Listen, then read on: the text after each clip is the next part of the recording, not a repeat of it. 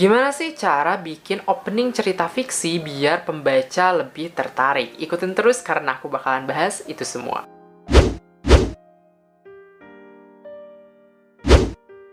Hai guys, ketemu lagi sama aku Ujwar di Jadi Penulis Muda. Sesuai dengan judul, kita kali ini bahas tentang gimana sih cara bikin opening gitu loh. Mungkin di luar sana banyak yang udah mahir gitu. Tapi di sisi lain banyak pula yang masih mempertanyakan bikin cara opening. Nah, sebenarnya aku udah bahas di TikTok juga di Instagram aku. Tapi sepertinya teman-teman juga butuh video versi panjang sehingga lebih jelas dan lebih tertata gitu. Pastikan teman-teman sudah subscribe channel ini dan juga nyalakan notifikasinya, karena dengan cara itu aku bisa terus bikin video dan kamu bisa mengikuti video-video terbaru aku. Kalau sudah, mari kita bahas. Pertama, kamu sebenarnya bisa membuat opening dengan dialog antar tokoh. Pastikan dialog itu benar-benar dialog yang penting, dialog yang seru, dialog yang menyayat, yang bikin nangis, atau yang bikin baper. Contoh misalkan dialog yang memperlihatkan bahwa dua tokoh itu sedang berdebat misalkan. Atau dua dialog antara satu dan satu tokoh yang lainnya yang sedang saling menyatakan perasaan. Atau misalkan dialog yang satu dengan yang lainnya mungkin yang sedang mengobrolkan betapa seramnya tempat yang mereka singgahi. Pokoknya bikin dialog-dialog yang menegangkan, yang seru, yang mungkin bikin orang bakalan betah di naskah kamu sejak opening. Kedua, kamu bisa bikin opening dengan cara memasukkan pertanyaan. Jadi di awal itu udah dimulai dengan pertanyaan. Menurut aku, pertanyaan ini bisa jadi trigger atau pemicu untuk pembaca terus baca sampai akhir. Contoh pertanyaannya misalkan, apa mungkin aku harus membunuh dia? Misalkan kayak gitu. Ini mungkin naskah thriller gitu kan. Nah, di awal itu udah dikasih pertanyaan yang menonjok. Atau misalkan, apa mungkin aku harus menikah di umur 17 tahun? Gitu. Itu kan kayak pertanyaan-pertanyaan yang wow. Atau mungkin kalau romance, kamu bisa mulai dengan pertanyaan, apa mungkin hubungan yang sudah dijalani 10 tahun ini harus berakhir? Ini hanya contoh-contoh aja ya. Intinya kamu harus bikin pertanyaan yang bisa memicu pembaca untuk terus baca sampai ke bawah gitu.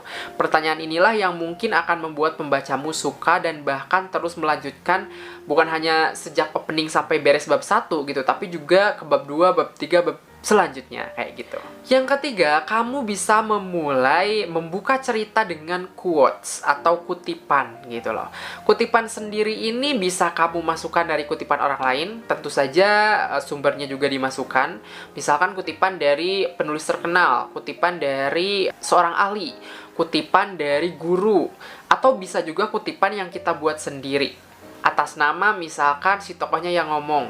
Misalkan bla bla bla bla, di bawahnya ada nama si tokoh. Bisa jadi seperti itu. Intinya kutipan ini bisa juga membuat orang lain tertarik. Kenapa? Karena orang-orang itu suka dengan kata-kata indah. Suka dengan kata-kata yang memotivasi. Suka dengan kata-kata yang relate. Tapi again, quotes ini tidak selalu indah kok. Quotes bisa berupa kalimat yang mungkin biasa aja susunan katanya, susunan kalimatnya, tapi ternyata bisa ngena ke hati orang lain. Jadi pintar-pintarnya kamu aja bikin quotes ini. Selanjutnya, kamu juga bisa bikin opening dengan lagu. Iya, aku sering banget bikin opening memenggal 1-2 kalimat atau 1-2 bait lagu gitu.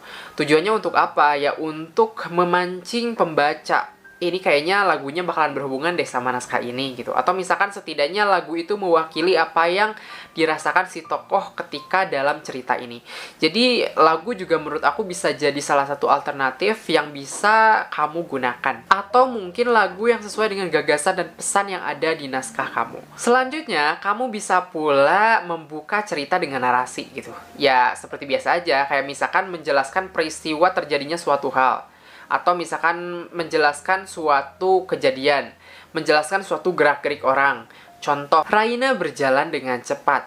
Dia seolah sedang dikejar waktu. Satu tangannya menjinjing tas berwarna merah, sementara tangan lainnya menuntun salah satu tangan anaknya. Intinya, dengan narasi ini kamu bisa membuat orang lain tetap penasaran kok gitu.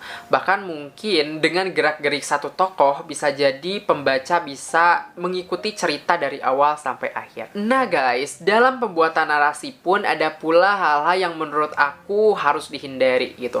Satu, misalkan kamu bikin opening yang dimulai dengan bunyi-bunyian. Contohnya bunyi alarm atau bunyi lonceng. Bukan nggak boleh sih sebenarnya, tapi lebih kepada sudah terlalu sering digunakan gitu.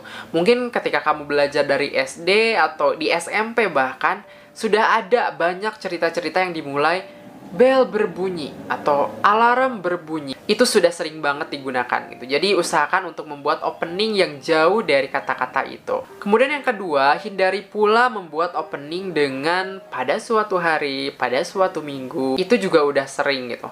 Kalau pada suatu hari itu rata-rata biasanya berisi tentang karangan anak-anak gitu. Misalkan mereka liburan di rumah omanya, opanya, atau ya di rumah kerabatnya gitu. Biasanya pada suatu hari gitu, biasanya kayak gitu.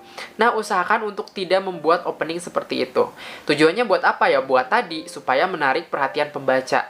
Kita sebisa mungkin harus bikin opening yang memang beda dari yang lain atau baru gitu. Atau setidaknya bisa bikin orang lain penasaran. Hal ketiga yang harus dihindari ketika bikin opening adalah membuka cerita dengan menjelaskan keadaan alam.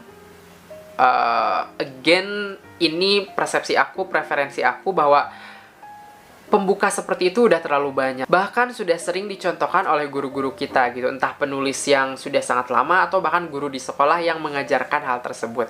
Nah, usahakan menurut aku cari angle yang lain atau cari sudut pandang yang lain gitu. Sehingga kita ketika menjelaskan suatu hal tidak melulu dimulai dengan keadaan alam sekitar. Nah guys, itulah cara membuat opening yang sudah aku rangkum dari berbagai sumber juga berdasarkan pengalaman pribadi. Jangan lupa untuk subscribe channel ini dan juga nyalakan notifikasinya supaya teman-teman bisa dapat notifikasi ketika aku update video baru. Kalau kamu suka penjelasan yang singkat-singkat, kamu juga bisa nonton di TikTok aku. Kemudian ketika kamu suka membaca, aku bikin microblog juga di Instagram aku. Untuk link media sosialnya aku taruh di deskripsi. Sampai jumpa dan selamat berkarya.